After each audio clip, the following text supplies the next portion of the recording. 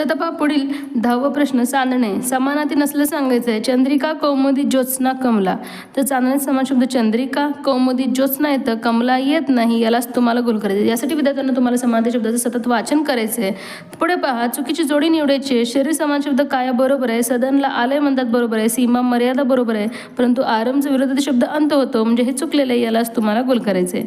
नवल म्हणजे अचंबा बरोबर आहे. तृप्ती समाधान बरोबर आहे. बिकट व्यथा हे चुकीचं आहे, कारण बिकटचा अर्थ अवघड असा होतो. व्यथा म्हणजे दुःख, म्हणजे हे चुकीची जोडी. याच पर्यायाला तुम्हाला गोल करायचं आहे. प्रगती समान शब्द उत्कर्ष हे बरोबर आहे. त्यानंतर विरुद्ध शब्दाचे देखील आपण व्हिडिओ पाहिलेला आहे. शंकरला नीलकंठ म्हणतात बरोबर आहे. गणपतीला हेरंब म्हणतात बरोबर आहे. ब्रह्मदेव व्यंकटेश हे चुकीचं आहे. विष्णू चक्रपाणी बरोबर आहे, म्हणजेच 3 नंबरचं पर्याय चुकलेलं आहे. यालाच तुम्हाला गोल करायचं आहे. ब्रह्मदेव समान शब्द चतुरानन विप्र येतं.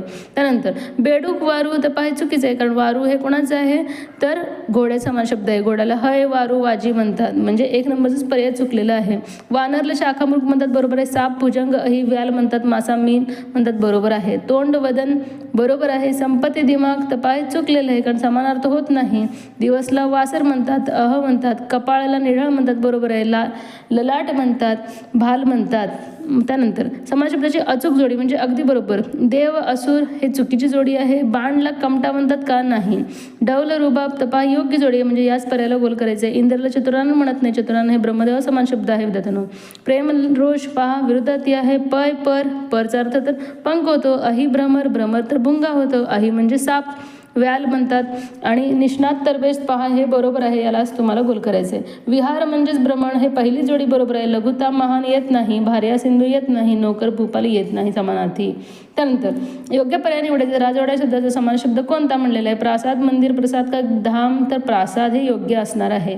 वनराज या शब्द समान शब्द नसलेलं सांगायचं आहे. पंचानन मृगराज, शार्दूल केसरी. शार्दूल येणार नाही, कारण शार्दूल हे वाघात समान शब्द आहे. यज्ञ करण्यासाठी अनेक द्विज बोलवण्यात आले होते. या वाक्यात अधोरेखित शब्द समान शब्द निवडा म्हणलेला आहे. द्विजेचा अर्थ काय होतो. वल्लभ, विकट, विरंची का विप्र, तर द्विजेचा अर्थ विप्र, कारण या द्विजचा अर्थ इथे ब्राह्मण होतं, बोलवण्यात आलं होतं. कारण द्विजचा दुसरा अर्थ काय होतं, पक्षी देखील होतो.